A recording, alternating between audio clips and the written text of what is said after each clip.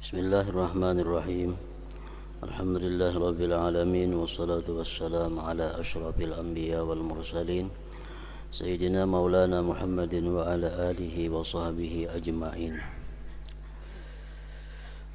Qala al-musannif al-imam hujjatul islam Abu Hamid Muhammad bin Muhammad al-Ghazali rahimahullah wa nafa'ana bi ulumi. Qala Anas bin Malik fi qawlihi ta'ala فإذا قضيت الصلاة فانتشروا في الأرض وابتغوا من فضل الله أما إنه ليس بطلب الدنيا ولكن عيادة مريض وشهود جنازة وتعلم علم وزيارة أخ في الله عز وجل.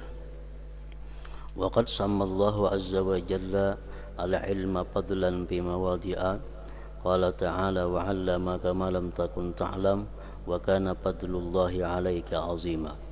وقال تعالى ولقد آتينا داود منا فضلا يعني العلم فتعلم العلم في هذا اليوم وتعليمه من أفضل القربات. والصلاة أفضل من مجالس القصاص إذ كانوا يرونه بدعة ويخرجون القصاص من الجامع. بكر ابن عمر رضي الله عنهما إلى مجلسه في المسجد الجامع فإذا قاس يقص في موضعه فقال قم عن مجلسي فقال لا أقوم وقد جلست وسبقتك إليه فأرسل ابن عمر إلى صاحب الشرطة فأقامه فلو كان ذلك من سنة لما جازت إقامته فقد قال صلى الله عليه وسلم لا يقيمن أحدكم أخاه من مجلسه ثم يجلس فيه ولكن تفسحوا وتوسعوا. وكان ابن عمر إذا قام الرجل له من مجلسه لم يجلس فيه حتى يعود إليه. وروي أن قاصا كان يجلس بفناء حجرة عائشة رضي الله عنها فأرسلت إلى ابن عمر أن هذا قد آذاني بقصاصه وشغلني عن سبحتي فضربه ابن عمر حتى كسر عصاه على ظهره ثم طرده ila akhir.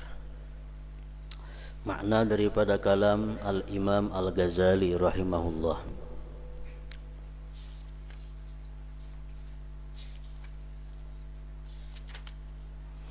Anas bin Malik berkata, Anas bin Malik salah seorang sahabat Rasulullah sallallahu alaihi wasallam.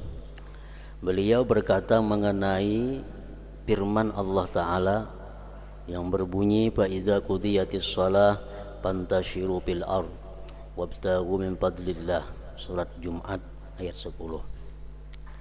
Artinya apabila telah ditunaikan sembahyang, maksudnya sembahyang Jumat, sudah tuntung sembahyang Jumat, maka bertebaranlah kamu di muka bumi. Maka bertebaranlah kamu di muka bumi dan carilah karunia Allah. Apa yang dimaksud dengan carilah karunia Allah itu? Apakah dimaksud dengan mencari karunia Allah itu kita mencari rezeki? Apakah maksudnya dengan cari karunia Allah itu kita mencari jual beli? Menurut Anas bin Malik tadi, adapun bahwasanya ia tidak menuntut dunia.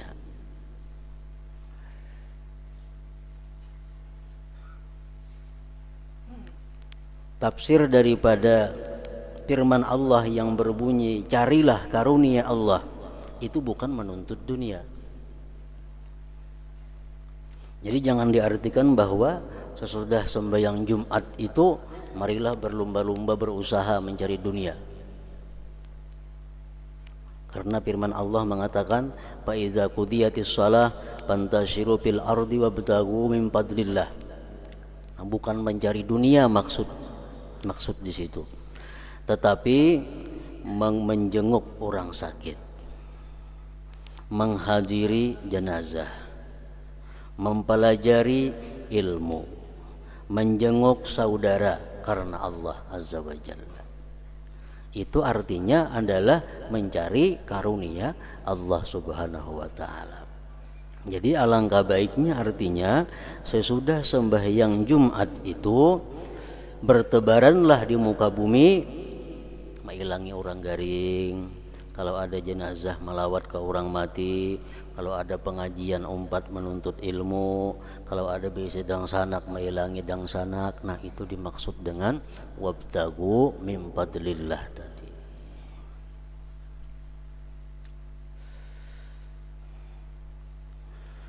Allah Azza wa Jalla menyebut ilmu sebagai karunia pada beberapa tempat.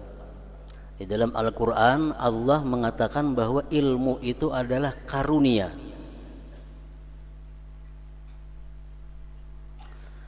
Allah Ta'ala berfirman, wa 'allamaka ma lam takun ta'lam wa kana fadlullahi 'alaika 'azima. An-Nisa. Artinya, dan dia telah mengajarkan kepadamu apa yang belum kamu ketahui, dan adalah karunia Allah sangat besar atasmu. Kalau kita diberi Allah ilmu, kalau kita mengetahui sesuatu yang kita belum tahu, itu berarti kita dapat anugerah karunia Allah yang besar. Nah di sini Allah mengatakan bahwa ilmu itu adalah karunia.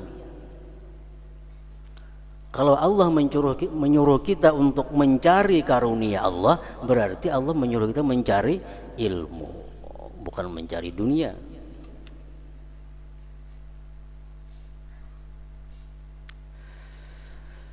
Dan Allah Ta'ala berfirman, walaqad ataina Dawuda minna fadla as-saba. Artinya, dan sesungguhnya telah kami berikan kepada Nabi Daud karunia dari kami. Allah maksudkan adalah ilmu.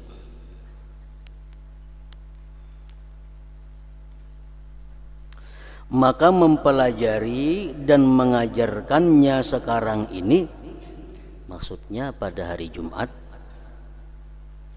adalah termasuk seutama pendekatan kepada Allah Subhanahu wa Ta'ala. Belajar ilmu atau mengajarkan ilmu pada hari Jumat itu termasuk takarrub yang paling afdal, pendekatan diri yang paling baik kepada Allah Subhanahu wa Ta'ala.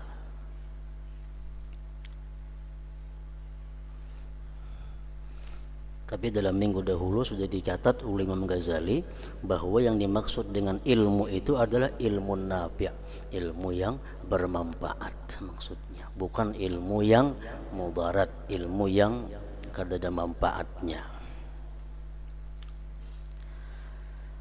Salat itu lebih utama daripada majlis-majlis kisah.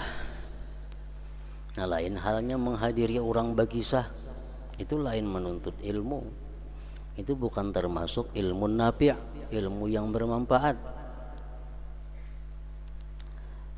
Kalau kita menuntut ilmu yang bermanfaat, sesaat lebih baik daripada sembahyang 1000 rakaat. Tapi ilmu yang dituntut itu ilmu yang menambah kita takut kepada Allah, ilmu yang bermanfaat. Kalau sekadar untuk mendengari ilmu-ilmu nang kada karuan asal usulnya, mendengari kisah-kisah nang banyak dusta, banyak tatawaannya, itu lebih baik sembahyang sunat. Salat itu lebih utama daripada majlis-majlis kisah, karena mereka memandangnya bid'ah dan mereka mengusir para tukang kisah dari masjid. Jadi orang-orang dahulu, mulai zamannya Sayyidina Ali karramallahu wajhah dan sebelumnya sesudahnya juga, di masjid itu kada kawa sembarangan orang-orang nang ceramah. Bila ceramah itu banyak melincing daripada yang benar, mereka usir dari masjid. Jadi kalau ada di masjid itu orang nang wani ceramah, wani belajaran, diperhatikan oleh ulama, oleh orang-orang dahulu. Bila pelajarannya bujur, mereka tetapkan untuk mengajar, memberikan ceramah di masjid. Bila anggaran ceramahnya kada kakaruan, mereka usir dari masjid itu. Karena mereka memandangnya bid'ah dan mereka mengusir para tukang kisah dari masjid. Maksudnya tukang kisah itu adalah kisah nang dikisahkan itu kisah-kisah nang kada jelas sumbernya. Walaupun yang dikisahkan tentang kisah Nabi, tentang kisah zaman-zaman dahulu, cuma yang sumbernya itu kada jelas, bukan daripada hadis yang bisa diperpegangi. Apalagi kisah-kisah nang kada kakaruan maginnya. Karena banyak beredar mulai zaman dahulu kisah-kisah para nabi itu sudah dicampur aduk oleh orang-orang Yahudi, oleh orang-orang Nasrani, sehingga kebanyakannya kisah-kisah itu terbanyak dustanya daripada benarnya. Kecuali kita mengisahkan tentang kisah Nabi sesuai dengan apa yang di dalam Al-Quran, nah itu kan jadi masalah. Kan dalam Al-Quran ada kisah Nabi Yusuf, ada kisah Nabi Daud, ada kisah Nabi Sulaiman dan sebagainya. Nah kita kisahkan sekedar apa yang dalam Quran itu baik, kada termasuk kisah yang dicela. Kisah yang dicela ini kisah yang sudah melebar daripada Quran dan hadis. Banyak artinya hadis-hadis yang batil, hadis-hadis yang maudhu tentang kisah berkaitan dengan Nabi Yusuf. Nah itu banyak kelebihan kisahnya, dilebihkan oleh orang-orang ahli kitab Yahudi Nasrani. Tentang kisah Nabi Ayub itu banyak kelebihan. Ada yang menceritakan bahwa Nabi Ayub itu awak sidin tuh hibak lawan kudis. Nah, awak Nabi itu hibak lawan kuringan sehingga dihurung ulat. Awak Nabi dihurung ulat sebagian awak. Karena bila hendak sambahyang Nabi Ayub sidin buangi ulatnya. Karena imbas sambahyang anda kia pulang ulatnya ke kuring-kuring itu. Nah kisah-kisah macam itu kisah nang kada bujur itu kisah karangan-karangan orang-orang Israiliyat ngarannya. Nah jadi bagi kisah-kisah macam itu di masjid itu kada cocok didengari, lebih baik sembahyang sunat.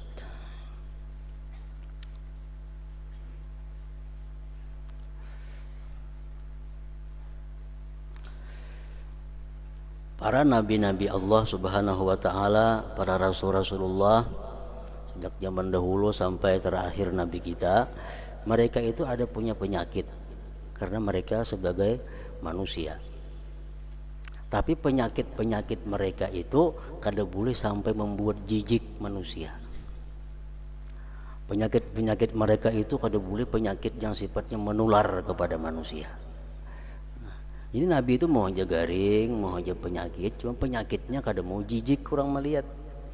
Nah, kalau Nabi Ayub dipadakan awak sidin hibak lawan kudisan, nah itu kan mau beparak orang. Jijik jadinya. Nah kada mau Nabi diberi Allah penyakit nang seperti itu. Itu hanya kisah-kisah nang kada jelas asal usulnya. Jadi maksud Imam Ghazali dalam kitab ini adalah bahwa jangan menghadiri majelis-majelis nang isinya kisah, ya kisah-kisah nang macam itu. Lain hal kisah Al-Quran, nah itu lain masalahnya. Ibnu Umar radhiyallahu anhuma berpagi-pagi ke majelisnya di masjid. Tiba-tiba ada tukang kisah sedang berkisah di tempatnya. Di masjid itu ada tempat Ibnu Umar belajaran. Begitu sidin datang ke tempat itu, ada tukang kisah duduk di situ berkisah. Lalu ia berkata, berdirilah dari majelisku, ujar Ibnu Umar. Ia menjawab, tukang kisah tadi menjawab, saya tidak akan berdiri karena saya telah duduk dan mendahului kamu padanya. Lalu Ibnu Umar mengirimkan kepada polisi, lalu polisi itu mendirikannya. Seandainya hal itu termasuk sunnah, niscaya tidak boleh mendirikannya. Karena Nabi SAW telah bersabda, la yuqimanna ahadukum akhahu min majlisihi summa yajlisu fihi walakin tafassahu wa tawassa'u. Artinya janganlah seseorang di antaramu mendirikan, membangkitkan saudaranya dari tempat duduknya, kemudian ia duduk padanya, tetapi lapangkanlah dan luaskanlah. Di masjid itu kada ada tempat nang seseorang lebih berhak daripada yang lain. masjid mulai saf pertama sampai saf ujung itu kada ada tempat yang punya seseorang, kada ada. Siapa nang terdahulu itulah nang berhak duduk di situ. Ini tukang kisah duduk berdahulu di situ. Andai kata tukang kisah itu benar, kada boleh Ibnu Umar menyuruh berjauh dari tempat itu. Nah, Ibnu Umar menyuruh berjauh lawan tukang kisah dari tempat itu berarti itu adalah sesuatu yang dikisahkannya nang kada bujur. Misal kita di masjid duduk parak tihang aja, duduk parak tihang di masjid itu sudah langganan. Suatu hari kita datang ada orang yang mengisinya, kada boleh kita menyuruh balik ayo menjauh nih tempatku, kada kawa. Itu masjid siapa aja pun berhak duduk, siapa yang terdahulu itu nang punya hak, kada ada larangannya.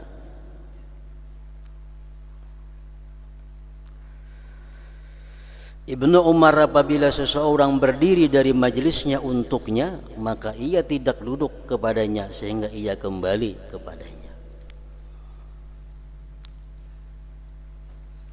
Dan diriwayatkan bahwa seseorang tukang kisah duduk di halaman kamar Aisyah radhiyallahu anha. Maka Siti Aisyah mengirimkan utusan kepada Ibnu Umar, sesungguhnya orang ini telah mengganggu saya dengan kisah-kisahnya dan menyibukkan saya dari tasbihku. Maka Ibnu Umar memukulnya sehingga tongkatnya pecah atas punggungnya si tukang kisah tadi.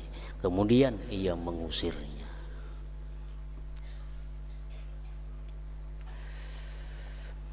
Nah, kemudian yang kedua, adab-adab selanjutnya tentang selain Jumat, pada hari Jumat. Adab yang kedua pada hari Jumat yang di luar dari sekitar sembahyang Jumat, bahwasanya ia baik dalam mengintai saat yang mulia. Pada hari Jumat itu ada saat waktu yang mulia, yang Nabi gambarkan waktu itu dengan ujung jari jisidin. Waktunya jar Nabi seini nah, sedikit artinya. Nah, hendaknya kita selalu mengintai saat yang mulia itu. Di dalam hadis yang masyhur, inna fil jumu'ati sa'atan la yuwafiquha 'abdun muslimun yas'alullaha 'azza wa jalla fiha syai'an illa a'tahu. Artinya sesungguhnya pada hari Jumat itu terdapat saat yang tidaklah seseorang hamba muslim tepat dengan saat itu dengan memohon kepada Allah Azza wa Jal, melainkan dia memberinya. Dimungkinkan takwil itu hadis adalah memberinya Allah sesuai dengan apa yang kita minta. Memang kita meyakini bahwa setiap doa dikabulkan oleh Allah.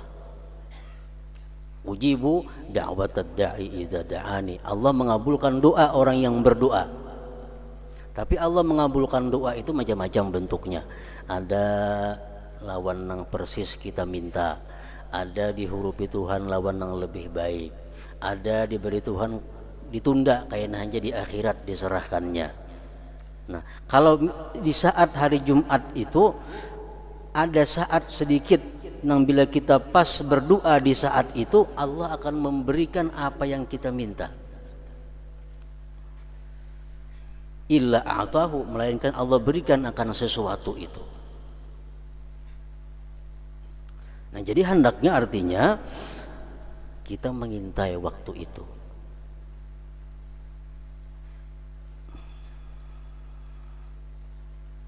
Sesungguhnya pada hari Jumat itu terdapat saat yang tidaklah seseorang hamba muslim tepat dengan saat itu dengan memohon kepada Allah Azza wa Jal, melainkan dia memberinya.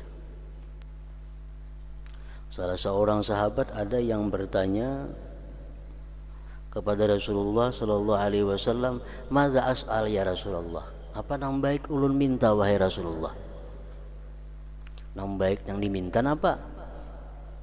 Faqala Rasulullah menjawab, salillahal afiyah fid dunya wal akhirah. Mintalah, kata Rasulullah, afiyah dunia dan akhirat. Allahumma inni as'alukal afiyah fid dunya wal akhirah. Ya Allah, aku minta kepada Engkau afiat dunia dan akhirat.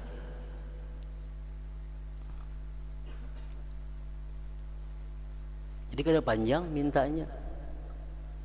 Afiat mencakup apa yang kita perlukan, apa yang kita pentingkan, dunia dan akhirat.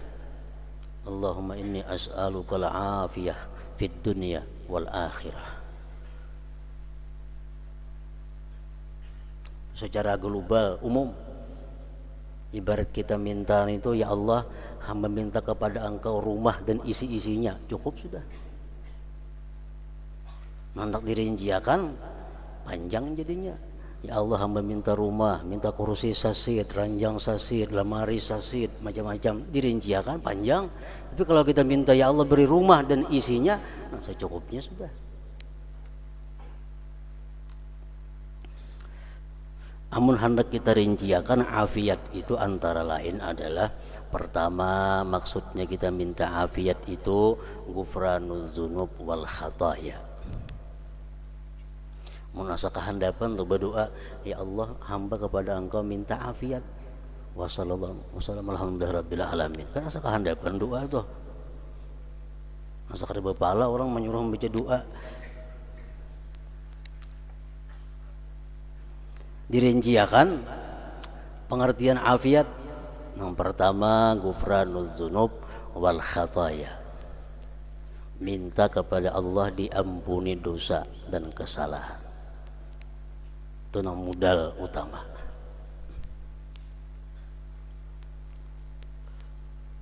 Yang kedua, minta kepada Allah ilman nafi'a, ilmu yang bermanfaat.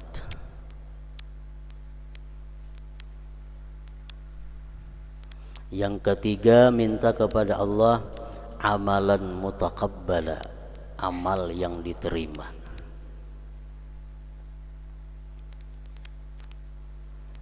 Amalan mutaqabbala atau amalan makbula boleh juga. Yang keempat, minta kepada Allah rizqan wasi'an halalan thayyiba, rezeki yang halal, yang luas, yang thayyibah.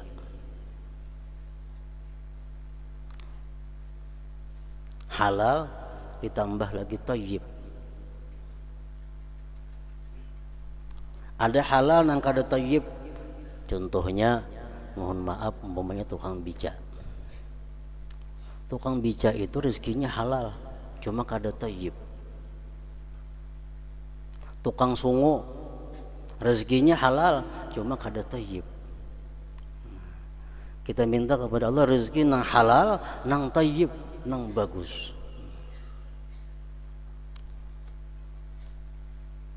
Yang keempat, minta kepada Allah rizqan wasi'an halalan thayyiba, rezeki yang halal, yang luas, yang thayyib.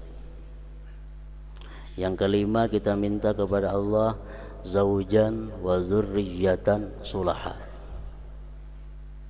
zaujan wa zurriyatan sulaha, minta kepada Allah pasangan hidup laki atau bini dan keturunan yang saleh.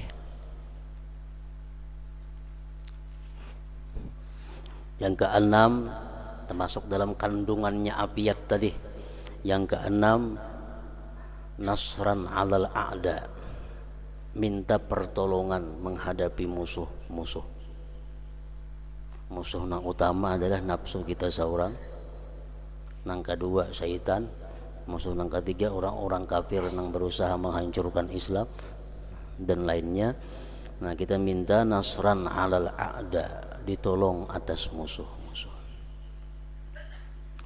Yang ketujuh, kita minta lagi salamatan fiddin wad dunya wal ukhra, salamatan anil bala, selamat daripada bala, fiddin wad dunya wal ukhra, baik masalah agama, baik dunia atau akhirat. Yang kedelapan, kita minta lagi sihhatan wa quwwatan wa raghbatan fit taqwa. Sihhatan sihat, wa quwwatan kuat, wa raghbatan gemar fit taqwa pada takwa. Yang kesembilan kita minta khatimatal husna, husnul khatimah. Yang kesepuluh kita minta dukhulul jannah bighairi hisab, masuk surga tanpa dihisab. Nah, apalagi yang kurang 10 macam itu ngarannya adalah afiyat. Mun hendak diringkas, as'aluka ya Allah al-afiyah. Pertama minta diampuni dosa, kesalahan. Yang kedua minta ilmu yang bermanfaat. Ketiga minta amal yang diterima. Keempat minta rezeki yang luas, yang halal, yang thayyib. Kelima minta kepada Allah pasangan hidup, zuriat yang saleh. Keenam minta ditolong menghadapi segala musuh. Ketujuh selamat daripada bala baik agama, dunia dan akhirat. Yang kedelapan minta kepada Allah sihat, kuat, gemar dalam takwa. Sihat cuma kada kuat, apa gunanya? Awak sihat tapi sembahyang 2-3 rakaat, oh yo sudah. Sihat, kuat, gemar fit taqwa. Yang kesembilan husnul khatimah. Yang kesepuluh masuk surga bighairi hisab. Nah itu doa cukup sampai perkara itu sudah kada panjang, kada doanya.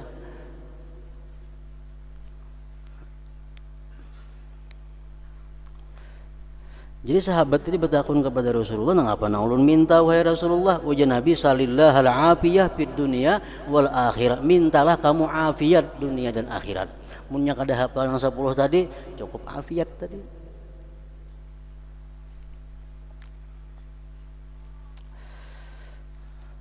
Dan di dalam hadis lain disebutkan la yusadifuha abdun yusalli, artinya tidaklah menjumpai seorang hamba yang salat kecuali dia memberinya.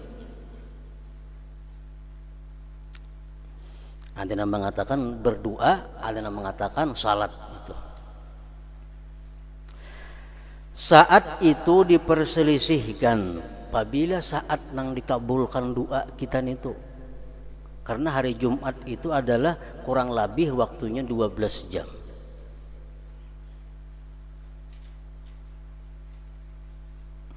Maka ada yang mengatakan ketika terbit matahari. Ada yang mengatakan ketika tergelincir matahari. Orang mengatuk dauh tuh. Bila duk-duk mengatuk dauh, berdoa situ. Karena ada pendapat yang mengatakan bahwa saat nang mustajab tuh waktu itu.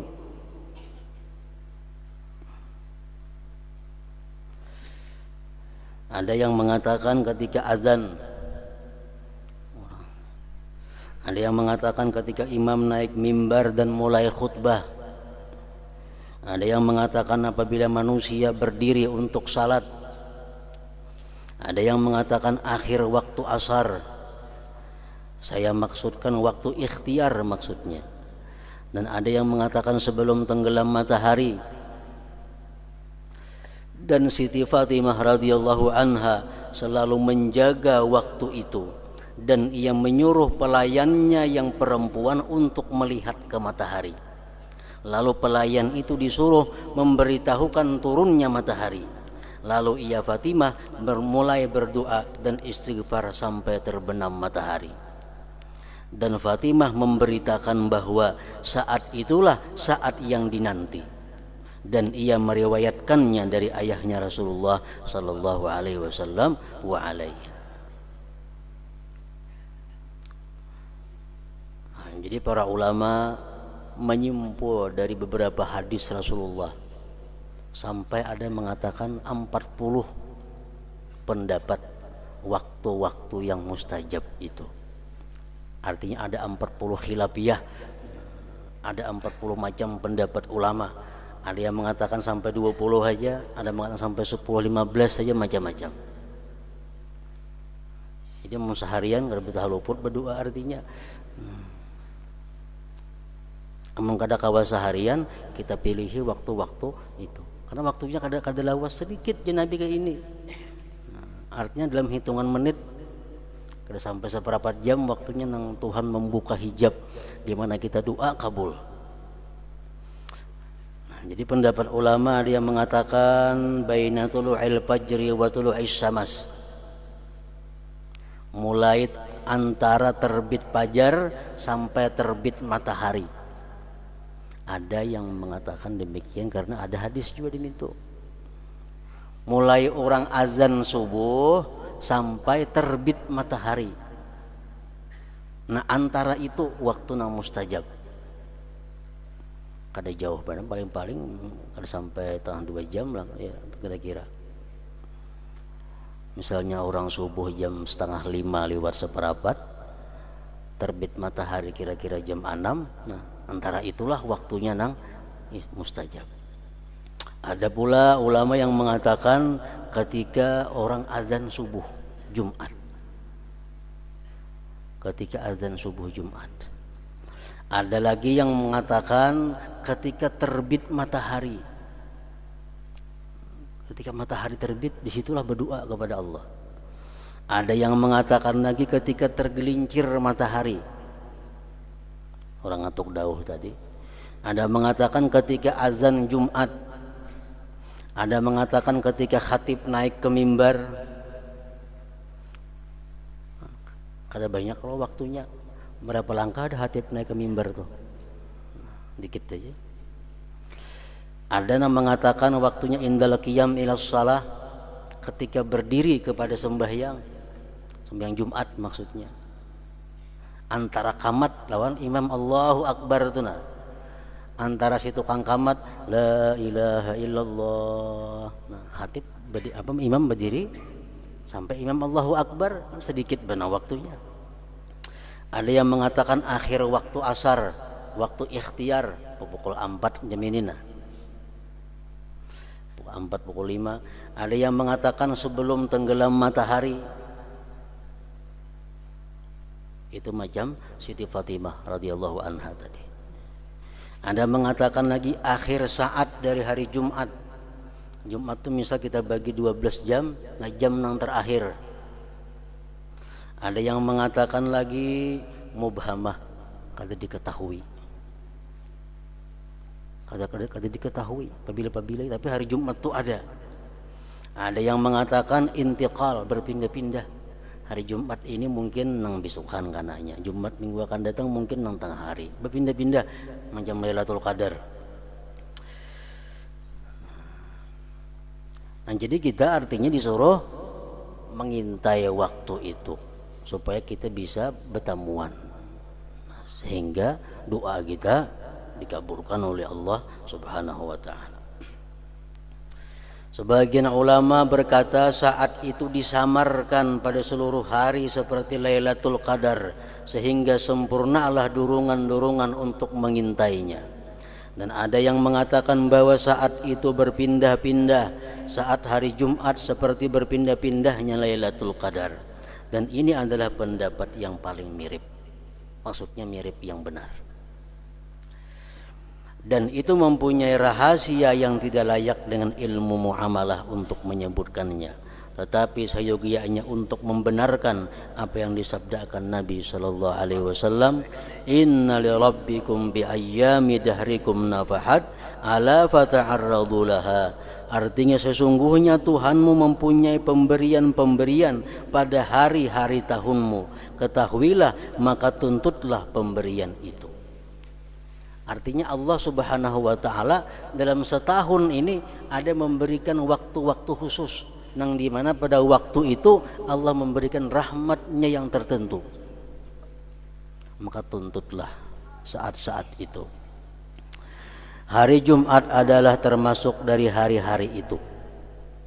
Maka seyogianya hamba pada seluruh siangnya mencarinya dengan menghadirkan hati dan melazimkan zikir dan melepaskan diri dari was-was hati dalam masalah-masalah dunia.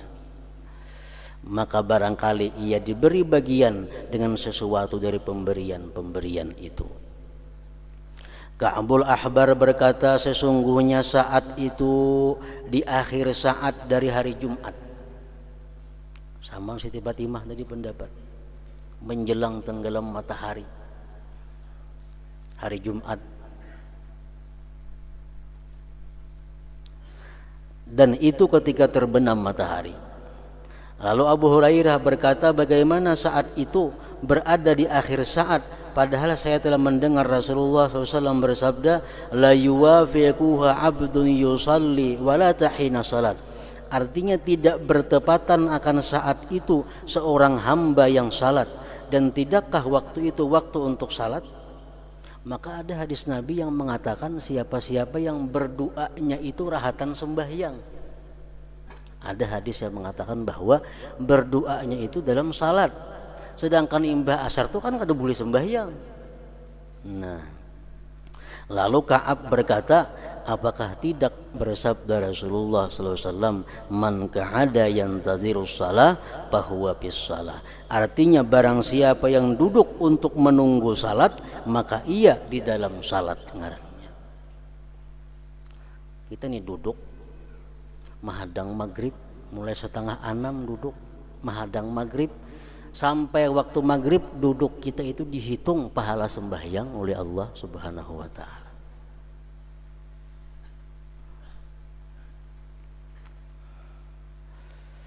Iya, Abu Hurairah menjawab, iya benar. Iya, Ka'ab berkata, itulah salat. Nah, jadi artinya waktu nang mustajab itu adalah waktu di mana kita duduk menunggu salat maghrib. Misal jam 6 kurang seperapat duduk sudah hari Jumat itu kemarian berdoa di situ, ulang-ulangi doanya nang handap tadi, Allahumma inni as'alukal afiyah fid dunya wal akhirah 100 kali. Gak ada tuh nang kana sekali, Allahumma inni as'alukal afiyah fid dunya wal akhirah, Allahumma inni as'alukal afiyah fid dunya wal akhirah, sampai kena orang bang maghrib, Allahumma inni as'alukal afiyah fid dunya wal akhirah. Dan adalah Ka'ab condong bahwasanya saat itu adalah rahmat dari Allah Subhanahu wa ta'ala bagi orang-orang yang melaksanakan hak hari ini. Dan waktu pengutusannya adalah ketika selesai dari kesempurnaan amal. Karena hari Jumat itu akhir amal, waktu kemarian itu. Nah, biasa orang mau upah itu waktu akhir amal itulah diberi upahnya. Secara jumlah ini hari Jumat adalah waktu yang mulia serta waktu imam naik mimbar. Ada juga pendapat di situ, maka hendaklah seseorang memperbanyak doa pada keduanya. Yang ketiga, disunnatkan untuk memperbanyak salawat atas Rasulullah sallallahu alaihi wasallam pada hari ini Jumat. Rasulullah SAW bersabda, man shalla alayya fi yaumil jumu'ah 80 marratan ghafarallahu lahu dhunuba 80 sanatan. Qila ya Rasulullah kaifas salatu alayka? Qala taqulu Allahumma salli ala Muhammadin abdika wa nabiyyika wa rasulika an-nabiyyil ummi wa ta'kidu wahidah. Wa in qulta Allahumma salli ala Muhammadin wa ala ali Muhammad salatan takunu laka ridha'a wa li haqqihi ada'a wa a'tihi al-wasilata wa ba'athu al-maqam al-mahmud alladhi wa'adta wajzihi 'anna ma huwa ahluhu wajzihi afdala ma jazaita nabiyyan an ummati wa salli alaihi wa ala jami' ikhwanihi minan nabiyyin was salihin ya arhamar rahimin. Artinya barang siapa yang membaca salawat atasku, ujar Nabi, pada hari Jumat sebanyak 80 kali, maka Allah memberi ampun kepadanya akan dosa-dosa 80 tahun.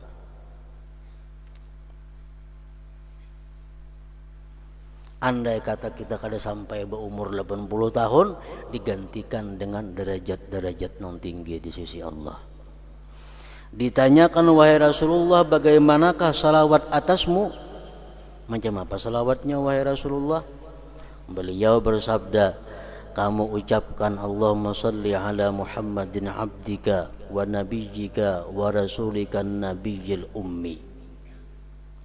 Dalam riwayat yang lain bertambah wa ala alihi, tambahi wa ala alihi.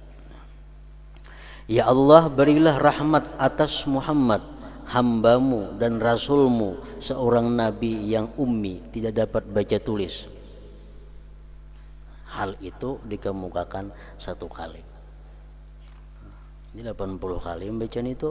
Allahumma salli ala Muhammadin abdika wa nabika wa rasulika nabiyil ummi wa ala ali. Allahumma salli ala sayyidina Muhammadin abdika wa nabika wa rasulika nabiyil ummi wa ala ali. Ada pula hadis lain yang mengatakan bahwa barang siapa bersalawat kepada Nabi Muhammad 80 kali tapi sesudah sembahyang asar waktunya 80 kali juga, Allah ampuni bagi dia dosa 80 tahun. Dan salawatnya khusus, salawatnya Allahumma salli ala sayyidina Muhammadin an-nabiyil ummi wa ala alihi wa sallim. Tandap itu. Cuma membacanya mbak asar 80 kali.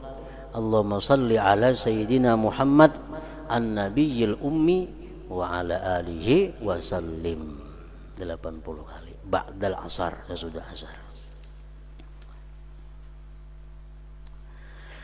Dan jika kamu mau mengatakan, ada juga salawat lagi, Allahumma salli ala Muhammadin wa ala ali Muhammad salatan takunu laka ridha wa li haqqihi adaa wa a'tihil wasilata wa ba'athul maqamal mahmud alladhi wa'adtah wa gizihi anna ma huwa ahluhu wa gizihi afdala ma jazaita nabiyyan an ummati wa salli alaihi wa ala jami' ikhwanihi minan nabiyyin was salihin ya arhamar rahimin. Panjang ini. Ya Allah, berilah rahmat atas Muhammad dan atas keluarga Muhammad dengan rahmat yang menjadi keridhaan bagimu dan penunaian bagi haknya. Berilah perantaraan baginya dan bangkitkanlah dia pada makam yang terpuji yang engkau janjikan. Dan balaslah dia karena kami akan sesuatu yang dia adalah ahlinya. Dan balaslah dia dengan seutama-utama apa yang engkau balaskan kepada Nabi dari umatnya. Dan berilah rahmat atasnya dan atas seluruh saudaranya dari para nabi dan orang-orang saleh, wahai Zat yang maha penyayang dan dari para penyayang. Kamu ucapkan ini 7 kali. Telah dikatakan barang siapa yang mengucapkan 7 kali pada setiap Jumat, 7 Jumat, maka wajib baginya syafaatnya sallallahu alaihi wasallam. 7 kali membaca 7 Jumat.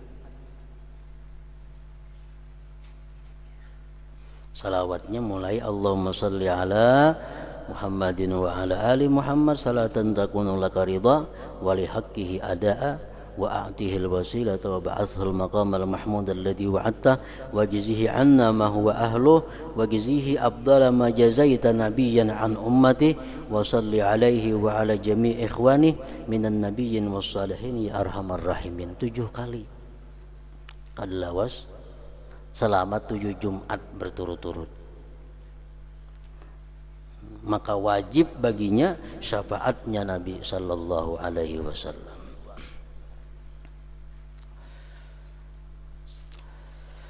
Jika ia mau menambah, maka ia membaca salawat yang ma'sur. Ia membaca Allahumma ja'al fadaila salawatika wa nawamiya barakatika wa syara'ifa zakawatika wa ra'fatika wa rahmatika wa tahiyyatik ala Muhammadin sayyidil mursalin wa imamil muttaqin wa khatamin nabiyyin wa rasuli rabbil alamin qaidil khairi wa fatihil birri wa nabiyyir rahmati wa sayyidil ummah. Allahumma ba'athu maqaman mahmudan tuzribu bihi kurbahu wa tuqirru bihi ainahu yagbituhu bihil awwalun wal akhirun. Allahumma a'tihil fadla wal fadilah wa syarafa wal basita wal darajatir rafi'ah wal manzilatas samihatal munifah.